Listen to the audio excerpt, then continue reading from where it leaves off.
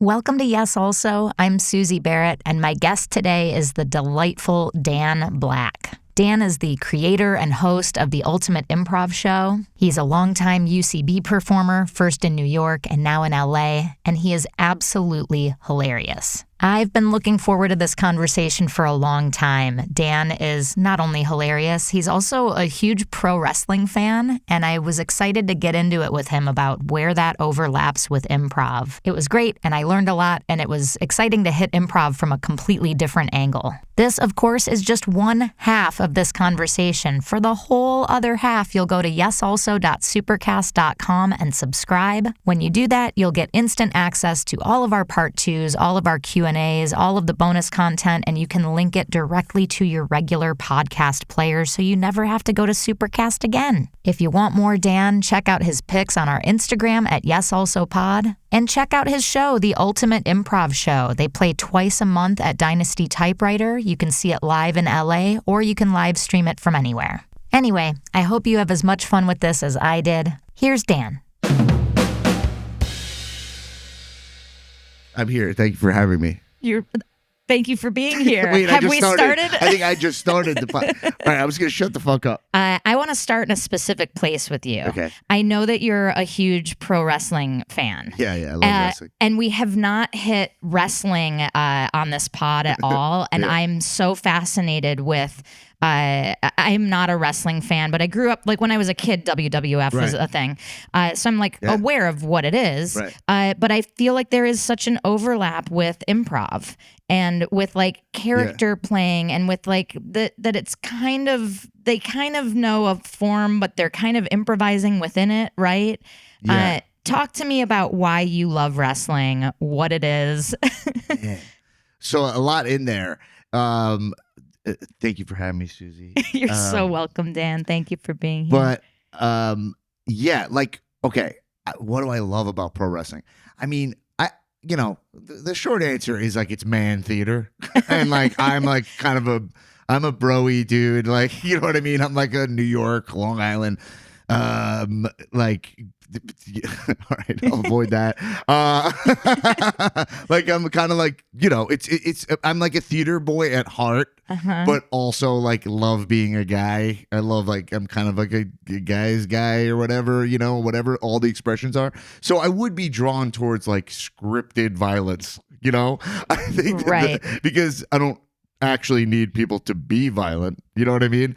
But yeah. So I think that the thing about wrestling that I always say is that like over sports. And now I like sports, but like being scripted, the winner involves winning over a crowd, right? You have to like earn the right where they're like, because it's first of all, there's a lot of money in pro wrestling, right? Really? Yeah. So you're like, those dudes are all rich? No, not all of them, but at the top they're rich. Okay. But like The Rock is the biggest star, like maybe of all time, and he was the biggest wrestler. So it's like if you can tackle the world of professional wrestling, like that'll port over to entertainment beautifully. And all you have to do is be The Rock, the most charming, charismatic, actually talented actor, funny person. And have the hugest body that's ever existed on the planet. He is like also a little bit of a genetic freak. Yeah. But I watched him when he first debuted because I mean, he was the Pebble. Thank you. Yeah, hey, folks. He showed up as the Pebble, and he, due to extreme pressure, physical. Is that how the rocks get bigger? Or is that just no? Is that just pressure makes carbon diamonds? Makes diamonds. Yeah. Carbon and diamonds. I wanted to show off a fact I had, but can we cut that? No. Okay. The one fact I had is that pressure makes pebbles turn into giant rocks. Well, I think that to talk about The Rock, when he showed up, he wasn't that good. He actually kind of like sucked, and he also was like a legacy wrestler.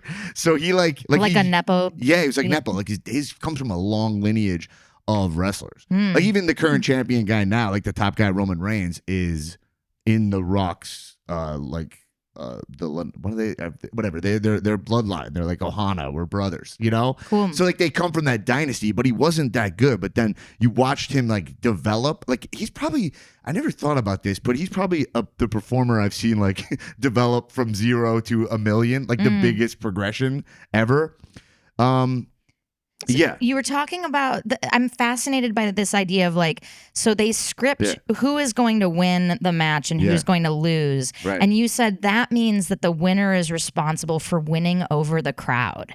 I never thought about that. So the performance is really earning the right to, or earning the love, like earning the storyline. It's like Gladiator, you know, and he's like, "Are you not entertained?" or whatever, and it's like win the crowd, so that like he wins the crowd, so he's untouchable, right? Like even the Emperor, Joaquin Phoenix, like can't kill him. Because you're like, everyone loves him. The mob loves him. And there's so much of that in wrestling about like winning over a crowd. So that you are the champion, because you have to be marketable. You have to like sell merch. They sometimes like make somebody the champion, and then people like they have to take the title off them like right away, because they're like, they're not up to the standards. They're not the face of the company. They can't carry it. Is that like how I can't stand Patrick Mahomes, even though he was my fantasy quarterback? And I'm like, oh, he's just so boring and wishy-washy, and I just don't like him. Well, like that does factor in a little bit to sports, because you're like, Mahomes is so great, he's such a great player, but like there is a marketability to him, because it's like, if charisma score. If his charisma was better, he would probably sell more jerseys, even though he's the top quarterback. Right. So like already Jackson Dart is the quarterback of the Giants, and he's already got gimmicks. Like he's a pro wrestler. Like he's got the one black face, you know, like on his cheek, he's got the splotch. Like I don't even know what he's doing. I've never seen someone do that, where I think he just goes like on one side. And then you're like, okay, that like it's called getting over in wrestling.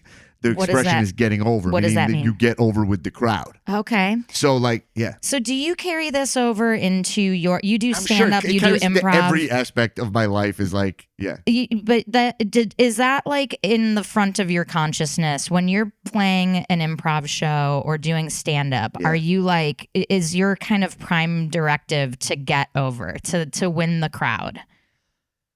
Yes. Yeah. What are but it's funny, because everything you're saying to me, there's like a hesitancy in me, because it's like these are all kind of loaded things, because I've gotten older and matured in a way. Sure. Where like when I was back at class, the way I view, if I went back to UCB classes now, right? I would approach it so differently as a student. Tell me why. Or how, yeah. Yeah. And because my thought was it was about winning the class, right? Like I was the guy who was like, I need everyone and the teacher to walk out of here and be like, this is the guy, right? And I definitely did that. Like you are such an ass. In terms of mission accomplished. Can I play the camera? Yes, you can. And just for people who are only listening, Dan did just a strong take to camera there with a smile and a point. That's so funny. But I mean, God, there's so much here. Like, because in my mind, it's like anything. It's like getting over, like in wrestling, where it's like, I have to because all I wanted to do is be on Herald Night. I was like, if I don't get on Herald Night, then I'm a fucking loser. Like, this is how I think. Like, whatever. That's kind of the, maybe the mentality of where I was raised or whatever, or the wrestling mentality. Sure.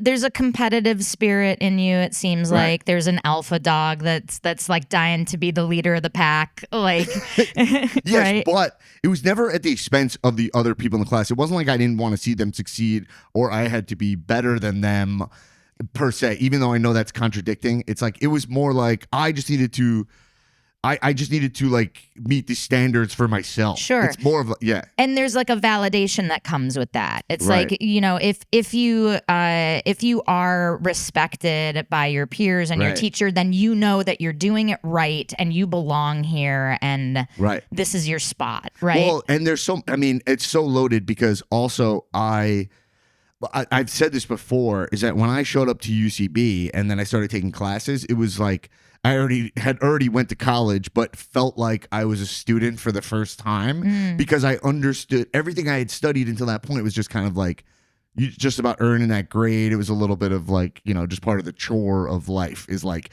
you get this degree, you go to class. Yeah, you're learning about topics you don't care that much about. It wasn't like I was passionate about like reading. Yeah, that's right. I like reading. I like reading, but the like assigned reading. Sure. You know what I mean? Yeah. Where it's like I got to read Ethan Frome or whatever, like whatever book they put me, and then you're like dissect it. When I came, one of my gen eds in college, because you have to take like a certain amount of like, whatever, like something that fits the science category and something that fits the history like category. Yeah. Well, like electives, but like. Requisite, like you have to, whatever.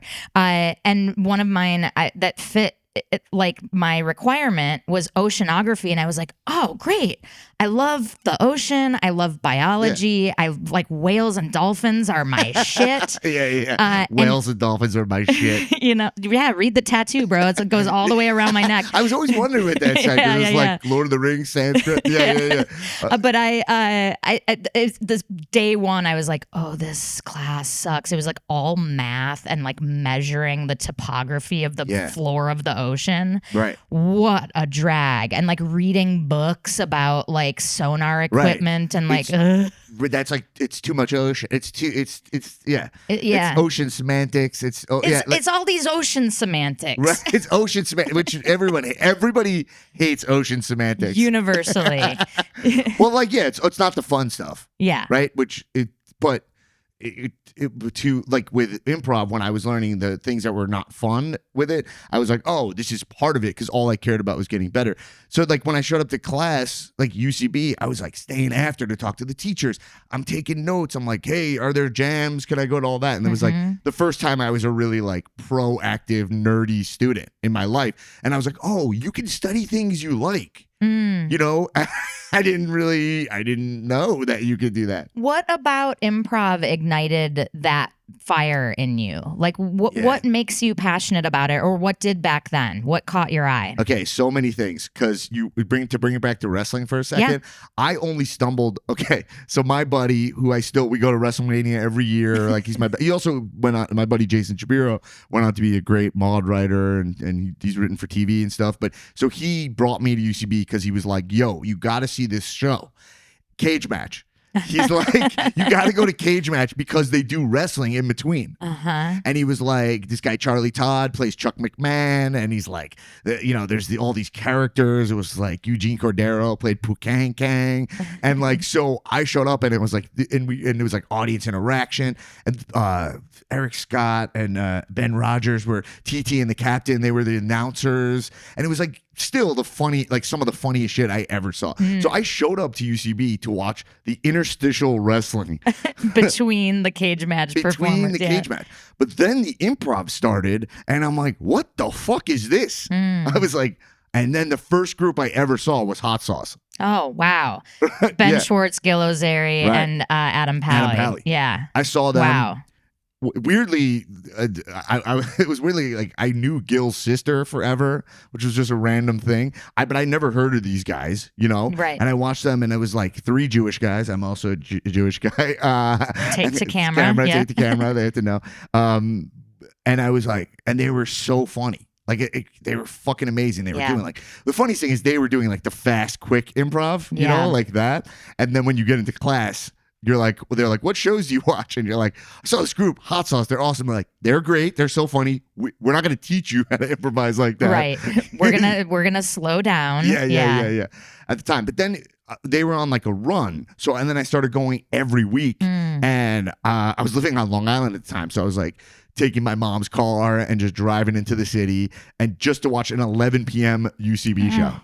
And how old were you at this point? I don't know, probably 21. So this is just after college? Yeah. Right after college. Yeah. It was actually, it might have been the summer before I graduated too. I started going, and then right when I graduated college, I signed up for Will Hines 101. Will Hines is my first teacher, which I tell him probably every time I see him. I go, oh, it's my 101 teacher. He's like, we've got to move past this. It's been 25 years. He seems annoyed, but now I think he's turned a corner. Only took like 15 years, and now he's charmed by it, I believe. I think. I do believe. I do believe.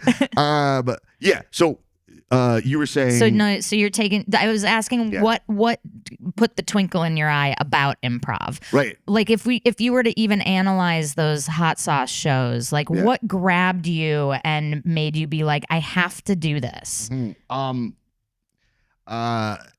I in general, I'm not like a spectator. You know what I mean? I gotta like do things almost to a fault sometimes. I have to say, even the way you are sitting in this chair is active and like on the offense. I know, yeah. And that's also another thing is I've always felt like, and people always, and I don't mean that you're doing it in a way that's making me uncomfortable or anything. It's like the improv community has always had this embrace of like, you're different than us. But it's like funny because I'm like, so like, it was weird because when I was studying at UCB in New York, I like sometimes would be like in class and everyone would like, they would treat me a little like, what's up with this guy? And I'm like, this is my city. Yeah. You know what I mean? Like, yeah. you guys came to the place I grew up. Hey, listen, Idaho. Yeah, it was like that. You enjoying that fucking bagel and the public transport? Yeah. My family built this.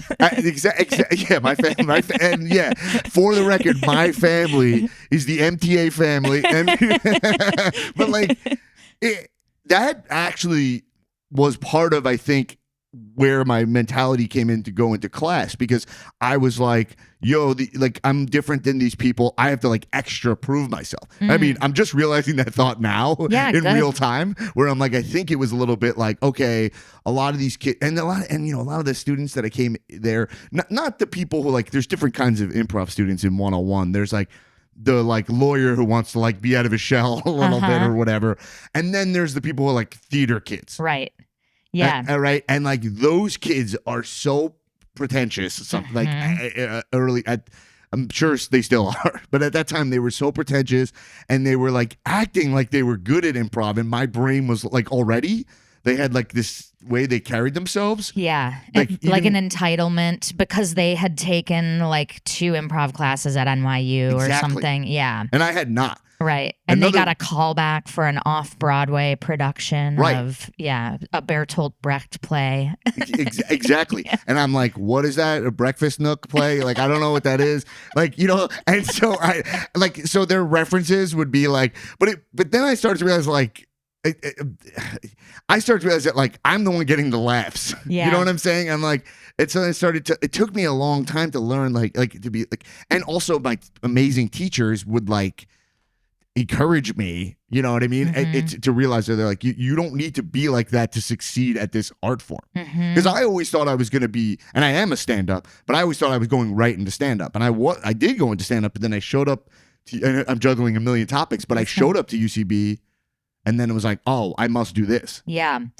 And were you always funny, like as a kid? Class clown? Yeah. Just fucking always. Duh, Suzi. Yes, but similar to, I've heard Bill Burr say this, and that's me comparing myself to Bill Burr immediately. But no, what I mean is he said the thing that the way I feel, which is that like, but all my friends were funny. Yeah. They were all so fucking funny. They're still so funny. I go home, I'm like, these guys are like hilarious, because I was listening to like Sashir's episode, and Sashir was like, no one thought I was a comedian. Sashir's hilarious, talented. I love Sashir. Brilliant, yeah. She's amazing. And she was like, oh, where did you like? No one saw her as that like comedic type, and then she's like on SNL, right? And I'm like, she grew up as like a more quiet, introverted kid, and you're like, the world's extrovert. So like, we were all like competing for class clown. Yeah. Like I lost class clown to my buddy who I mentioned. Just describing it that way. Yeah, I lost class clown as if it was an actual trophy or plaque that was awarded, like class clown of the month. Like exactly. Well, no, but then he won. Like I was like, I had people. Oh, you came mean up like in the yearbook or what? Yeah, gotcha. Okay, so it was titled. It was titled. Yeah, it was. Sorry. Yeah, no, I mean in the yearbook, like at the end of high school when you're deciding who was the funniest. Right. My friend who I mentioned here, Jason Shapiro, I'll give him all the props. He won, and then he took his class clown picture, and he had a beard, and he shaved half of it one side off, and he wore an eye patch on the beard side, and then he had the shirt that was down the middle, and then the part where he was shaved said, Well, the part that we had the eye patch said pirate and then not pirate on the other side. And I was like, that's fucking funny. Like, that's what we were doing. Like, our yearbook photo, we were all dressed like complete clowns. Like, we were always, like, it was always whatever. But the other weird thing is that, like, yeah, I grew up on, like, Long Island, but, like, me and my buddy, we were watching The State, Mr. Show. Yes. Like, we were obsessed with the alternative comedy scene. Like, right. So I got kicked off of, it's funny because David Wayne came and did my show. Ken Marino came and did the show. And like, to me, those are like the most famous people. You know, I just rewatched The State, or at least like 3 seasons of it because it's all up on Paramount right now. Right. It holds up. I was like, I loved it in high school. And I'm watching it now being like, 80% of this absolutely holds up as great, smart sketch comedy. Yeah, I wouldn't be able to tell because I'm so biased because like I'll just always think like I want to dip my balls in it is like the funniest shit, and like Doug, like Michael Showalter as like Maddie, your dad, and he has got the cool record executive dad who's like, you want to have sex with your girlfriend, do it here, like and he's like, no dad, I need to go, you know, like it's just, like all that shit was like literally. So I told David Wayne and Kimberly when I met them, I'm like, hey guys, like I got kicked off of eBay for selling State VHS tapes. Funny. Because I had the whole show, and you couldn't get it for a while because of the music rights issue. Yeah. So it was weird because why did eBay kick you off? Why was it illegal? I was a pirate. I was pirate, not a pirate. I was callback. Folks, look at that action. Okay, so you pirated, you like illegally downloaded it and then sold the illegal downloads. Yeah, but it was not to make money. I mean, although I made a little bit of money, it was like I was like, you wanted to spread the word. The fans couldn't get the show. Yeah. You couldn't watch it because at that time MTV had the music rights to like play any music on. So it's Nirvana. Like if you watch The State, so they had to redub all the music. Oh, funny. It's the whole thing. Elevator music for instead of that like punkish like opening they have, it just turns into Well, now exactly. Now if you put it on like what you're watching on Paramount, my brain will go like, what's wrong? That's not right. Like it's so ingrained in me. That's not the song. Exactly. Yeah. Right. Yeah. Okay. When you were in classes at UCB, yes. Do you have memories of like things that kind of like lit a light bulb, or where maybe you thought improv was one thing and then you learned that it was something else, or where like you learned the structure of game of the scene and you went, oh, that's what The State was doing in those sketches. Like any sort of like light bulb moments like that, or is it more muddy than that? I think that once they started teaching me, I have a very math-centric brain. So like, so once they started teaching me game, I was like off to the races. I was like, oh, all I got to do is like lock in on this unusual thing and blow that out. Literally, Besser came out at one point with that graph that was like, you find the unusual thing. You don't remember? He had the chart. It was like, you find the unusual thing and then heighten from there. Like, you know? And I was like, oh, we're doing charts? Sick. Like, I was like, I love that. Like, because, so once it was like, oh, improv is like a solvable binary, like X's and O's, like whatever equation. Like I was like, oh, it opened it up for me. Yeah, gotcha. Do you feel like now you have are you hardwired to very easily latch on to an unusual thing? Do you see it as like a field of a bunch of unusual things and you choose one? Yeah. Do you see it as like there's a primary unusual thing because it got the biggest laugh from the audience? What's your approach in terms of that? Yeah, like the way it helps me to think like this, but I have to hold it. Anthony King said this line, who was the artistic director of UCB for a long time.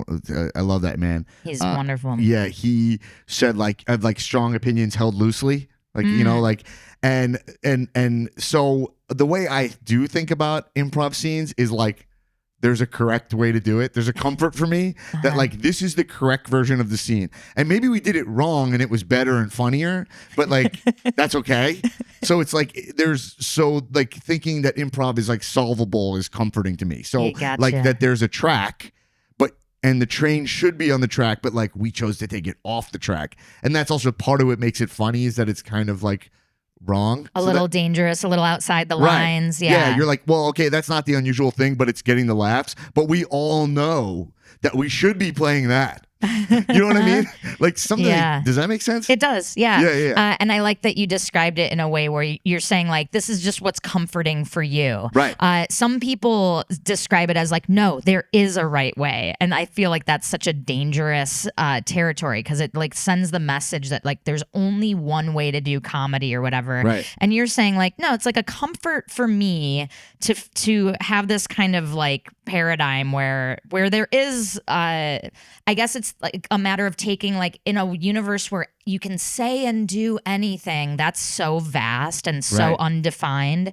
The comfort is like, no, there is a set of tracks. Yeah, comfort's a key word. I think it just helps me. I like that. So- I haven't heard anyone describe that mindset in that way before. Well, no one's doing improv quite as well as I am, so I think that's Hold part on, of the it. camera's over here, buddy. Yeah, Sorry. I thought we were I'm taking doing. you. I thought we had Matrix. I thought we had Bullet Vision. Yeah, we did Bullet Vision. Do you guys have that kind of budget for Bullet Vision? Of course, yeah.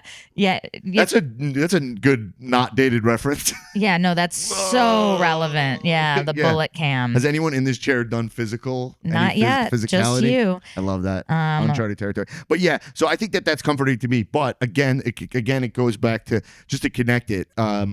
It goes back to kind of like my attitude in class that was a little off. Like I cannot be like, oh, the goal. If we're doing like maximum good improv, it can't be like I have to emerge as the funniest one here today. Right. And go back to Anthony King. He was the artistic director. I really owe this man a lot for like my development. Okay, so by the way, I have like all A's like in the UCB like report card. You know what I mean? Sick brag, bro. Right? Yeah. Sick brag. Yeah. Look it up. How many class clowns you got? Zero. A zero. It still in still a hurts. comedy school? To my best friend, to my that piece of shit. But so like he's the only guy who gave me a C. Oh. I have like a C. It's like and part of that I have to, just for my ego, I have to say he also got married, so he wasn't there for the whole class. Okay, so Joe Wenger, who he loves me, and he plugged in for a lot of it. But what was the C more for? important, Yeah. The what? What? Yeah. What? No, it was a class show. So I had a thing where we did a class show, and it was a big crowd because the class invited a lot of people, and I did the show. I thought I was so funny, and I was funny. It was, meaning Sure. in terms of getting laughs from the crowd, Yeah. I was funny. But we get to the back hallway and I'm like, literally as I walked off stage, I remember a random audience member gave me a fist, was like, yo, great job, bro. And I walked out, I was feeling so good. We get to the back hallway, Anthony King, we circle up, and this was UCB Chelsea, so it's like those back catacombs under the McDonald's who are leaking shit on us. and Anthony, we circle up, and Anthony, first thing he said, he just goes like, Dan, what the fuck was that? He was like, what? Maybe he didn't curse, by the way, just because this is going to go out. He didn't. He's like, Dan, he was you respectfully and pussy professional. cunt. What the fuck was that? Yeah. He's like, he was like, what was that? He was like, you stomped on all these people's stuff, this, and these people's. He literally was like, these people's family came out to watch them, and you walked into every single one of the first beats of that Herald. What did that feel like to get that note?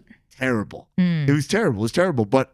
I knew it was weird to say that I knew he was right. I think would be I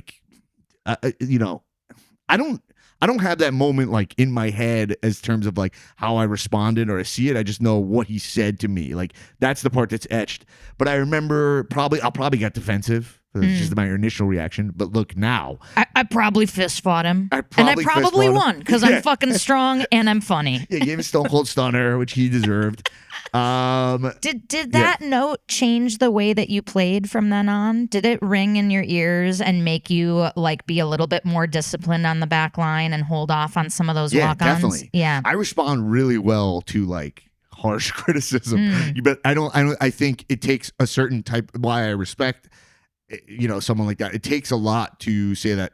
It takes a lot to say that to somebody. Yeah. He had to embarrass me, and I deserved it because whatever. I just deserved it. And I will say, knowing. And also, I was learning. I was in class. So just to say, that's the time when I'm learning. So if he's not pushing me like that, then I'm not learning. Right. You know? And I want to qualify this for people who don't know Anthony, knowing him and what a kind and like wonderful person he is, and with a high degree of empathy. I'm imagining also, like, I can picture he wouldn't have said that with a tone of voice. It's like, what the fuck did you, like, it wouldn't have been yelly. No. It's like he's like a good leader. He was guiding you. And I bet that he wouldn't give that note to everybody. He knew that you could take it and that you're, like when you have like a big dog on a leash, you have to yank the leash harder, or you have to pull against their weight or their thrust, Right. But you wouldn't do that to like a little poodle. It would hurt them. Yeah. He knows that like he can put some tension there. Yeah, exactly. No, it wasn't whiplashy. Like it wasn't. Yeah. It wasn't like he wasn't like an abusive teacher who's like, I gotta treat this guy like shit to get the best out of him. Like, but it's too far. No, it was just very direct, which is rare. Like, it is rare to get someone to care, and that's the thing. That's the thing I'm the most fortunate for when my improv development is like, I came up at a time with these teachers who were total rock stars who also cared so much. So like Chris Gethard's a guy I like, was like a mentor to me. Oh, I owe him also a ton of. I owe him $10 for the time he got my Gristides, and I owe him $15 for the he bought me. Yeah, I definitely owe him some cash for some tacos, a taco bandito. No, I remember one time I was in, like, at the time they called them 501s. So it's like whatever. I don't know what they are now. Like now that it's advanced study, yeah. Because also I'm a UCB teacher who's taught 0 classes. Really? Yeah, I'm an approved UCB teacher, but I've taught no classes. Chris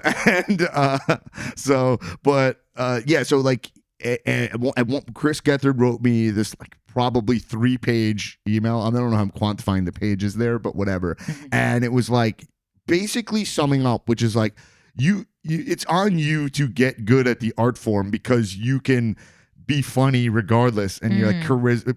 This sounds so arrogant, but this is what But like, you could charisma your way through this, And he was like, you remind me of like, he was like a young Bobby, is what he said at the time, and he like Bobby Moynihan, and his words, but he didn't mean like talent wise. He just meant like Bobby as a student, where he was like, he's already getting laughs, so he had to learn to be great at improv. Yeah. And that was like that was the second best lesson I ever got, because I was like, oh, I'm here for this art form, right? It's like, it's not, so I want to be great at it. Yeah, there's like 2 parts to that piece of guidance or advice. One part is like, you owe it to the rest of your teammates and the audience to learn the craft in a way that supports and uplifts the craft, so that it's not just you playing a solo sport and like stealing the ball from your teammates and dunking and whatever,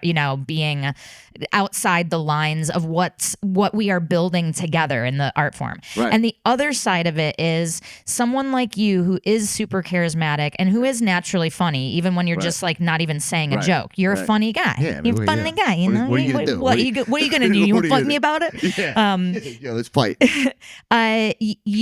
Someone like you can easily form bad habits where because you're getting laughs for making like sloppy moves or moves that like take the legs out of a scene or undercut a show, or that moves that make it difficult for your teammates to save the show or to play the scene that they're in. You could get rewarded by the audience because they're always going to laugh at whatever you're doing. You're a funny clown. So it's, the discipline needs to be there to be like, okay, but it is a team sport. Totally. And you can't deflate the soccer ball and throw it into the crowd while your team is trying to like kick the soccer ball and score a goal, Exactly. And there's a contradiction there, because it was like we were getting like graded, and it is like the best people get on Herald Night, but like also in class, not everyone's aspiration was Herald Night. So like they were there just like have their husband or like friend to come watch them do this. They're like, I'm taking improv, and maybe they're going through a hard time or whatever. And then you got some guy who's just coming in, just be like showboating. And like, so, so it was good for someone to point that out. It was like, yeah, I was whatever destined to be like a UCB house player and tour and play ASCAT and that shit. Like that was what I was doing. But in that moment, if I go back, I would be like, you just calm down. You know what I mean? Like that. Yeah. It's also funny to imagine you as like a 21-year-old. I'm like, oh God. Like, it's like even more energy, even more like hormones or whatever make like young men like. I think I'm worse now.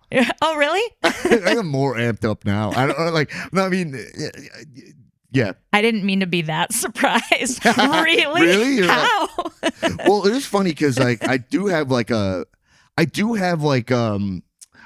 hustle porn kind of like a that's a term, right? Hustle porn. I think it's called Hustler. Yeah, it's Hustler. I do read Hustler every day. Every day. Not for the articles. I'll admit it. But no, like where for the cigarette ads. Let's go. Like I have like a zest for and some of this is kind of newish, but like I'm like, oh, being alive is so dope. Like, why don't I tackle this as hard as I can? Yeah. And like sometimes that can go. You're like, okay, you got to pull back a little bit. What I mean, for other people because you're not in you're in the world with other people, you know what I mean? But, this is a good jumping off point for another like area I want to cover, which is like you've started your own show that tours the country that's hugely successful, the Ultimate Improv Show. Draw a line for me between your. We can circle back to the UCB timeline. We can talk about Harold and ASCAT and stuff. But how like we don't want to skip over any of my accolades here. No. We're not going to skip. Okay, please. And by the way, touring company. Right. Oh yeah. We'll hit all of that. I've improvised with Amy Poehler. What do we want to talk about? I don't know who that is. No. But this hustle mentality, this drive, this like go get 'em, is that kind of the juice inside of you that like motivated starting your own show, or what? There's a lot of things. I mean, like some of that is just like the pandemic. Like some of that was like because the show was coming off the pandemic, where you're like, it was like, well, I mean, I was like, okay, well, like that sucked. The pandemic sucked. All right, let's just put it simply. Improv went away. I mean, aside from all the other reasons the pandemic sucked, one offshoot was improv went away, and none of us got to do shows for 2 years. So you're coming off of that drought of like that horrible dried up feeling. And was it like a matter of like, you're like, these other theaters aren't open yet. The UCB isn't back yet. I want to start my own thing so that I'm able to play. Yeah, I think that it was, I think I'm not great at knowing how I feel in the moment. In retrospect, it's all very clear. So even looking about at that class, like the stuff we talked about today, I'm like, oh yeah, that's why I did. Like it's all like very clear. That's why these interviews are great. I would rather have it be clear now. Oh my God, get over yourself. No, this is why. This is why I'm a total. Hey, go to camera. Check the index finger, people. This is why. Suzi is great, by the way. I just want to say you're very funny, Suzi. You are too. It's an an honor Dan. to talk to you. I messaged you because I said, "Oh, I like what you're up to," and it was really cool.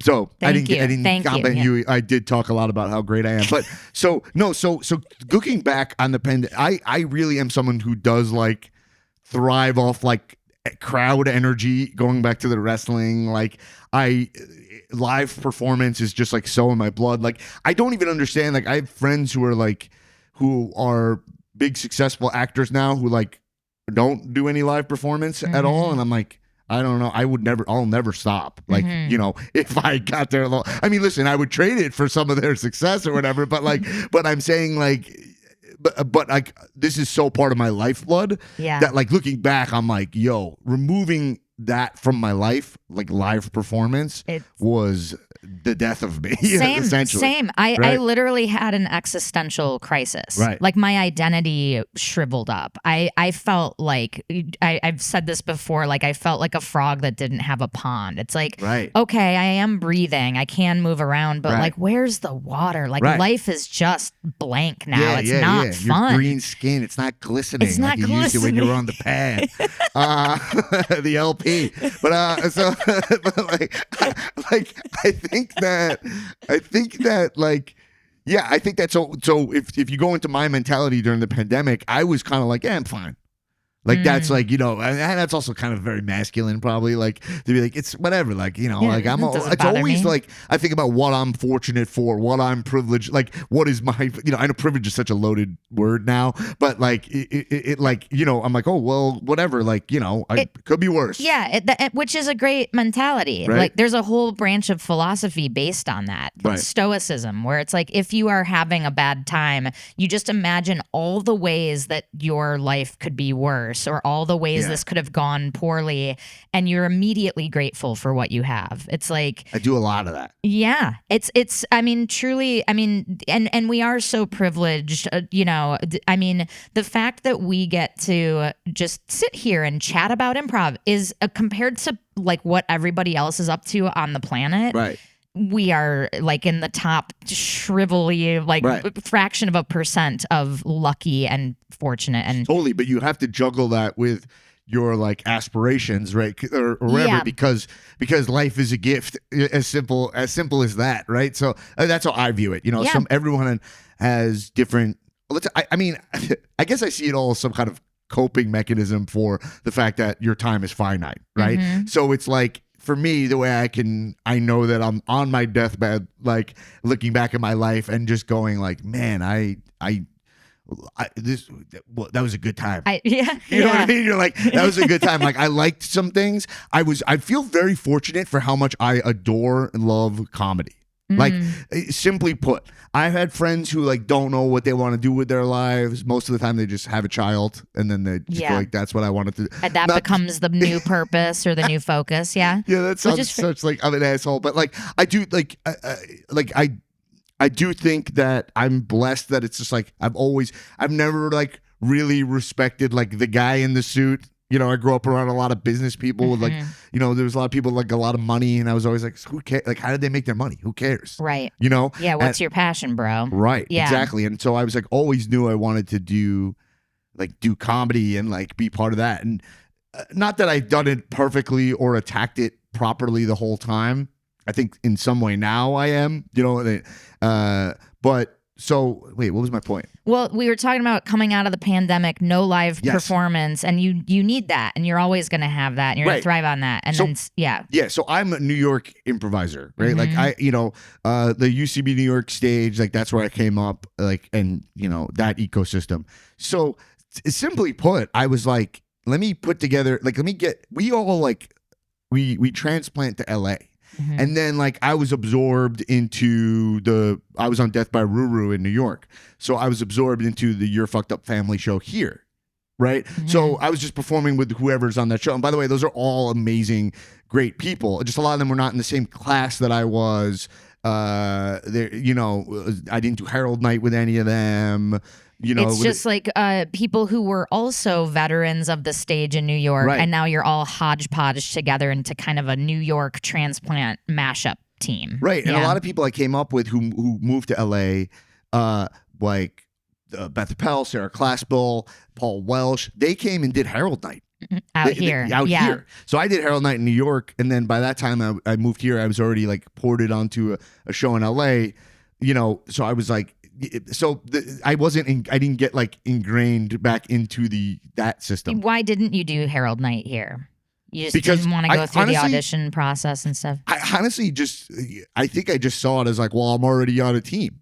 Like I'm on this team. So I'm already at the time we were performing on every Friday night or whatever. So I was like, the weekend team, it was just that was the system. Yeah. It was like, I'm already on a weekend team. But like, I probably would have been better suited to go onto Herald Night. So then I started coaching Herald teams because I was like, well, then I'll know people around Herald Night. Yeah. Right. And then. So I want to get back to that. Yeah. I know, because that's what I'm saying. There's so many topics to go, because I can go down a wormhole there. But yeah, so I did that. So post pandemic, I get back to, I'm like, I just want to perform with some of the people that I came up with, So I just I was like, let me get a show together.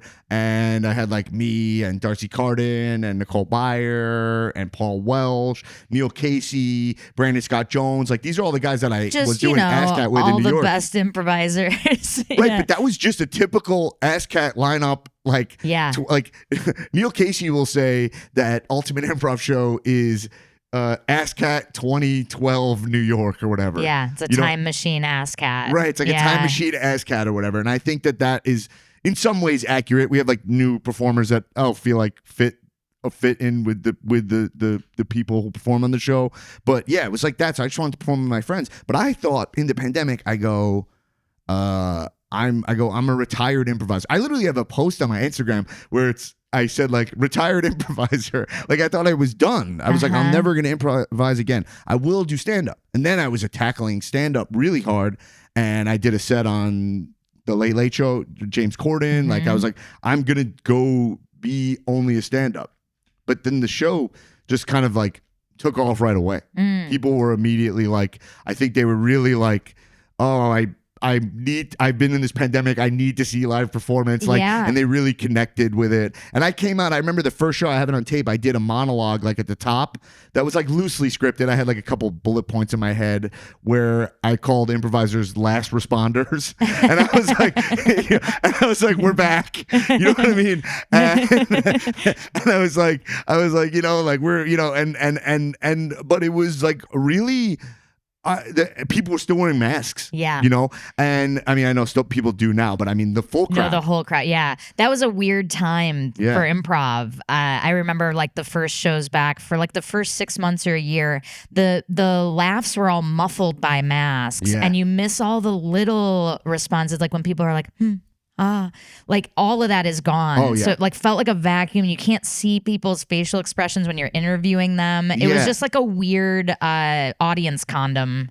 I don't know what to say about masks now, because you're like, they do affect performers. Yeah. Because you're like, I don't think you understand how much we need you. We need your full you. But I also understand like some people wear masks for reasons that they need to wear masks. Yeah, totally. You know? And you can, as a performer on stage, you can recalibrate. Like, we all recalibrated our sensitivity and also like, you learn that like, oh, silence isn't necessarily bad. Like, they may be enjoying it, you just can't hear it. Yeah, I mean, that's the thing. Silence being bad, that's always a battle for me. Like, that's silence. For part 2 of this episode, go to yesalso.supercast.com. If you like this podcast and you want double the content, head over to yesalso.supercast.com and subscribe. You can also help us out for free by subscribing to us on YouTube and talking us up to your improv communities. If you have a question that you'd like us to answer in one of our Q&A episodes, or a topic that you think would make a great bonus episode, put it in a 5-star review. If you're a theater who would like to host us for a live recording and improv show, let us know at yesalsopod@gmail.com. A very special thanks to our producer, Ryan Rosenberg, audio and video editor, Brian Kessler, and Britt Faye, who does our marketing. Thanks for listening, and we will see you next week.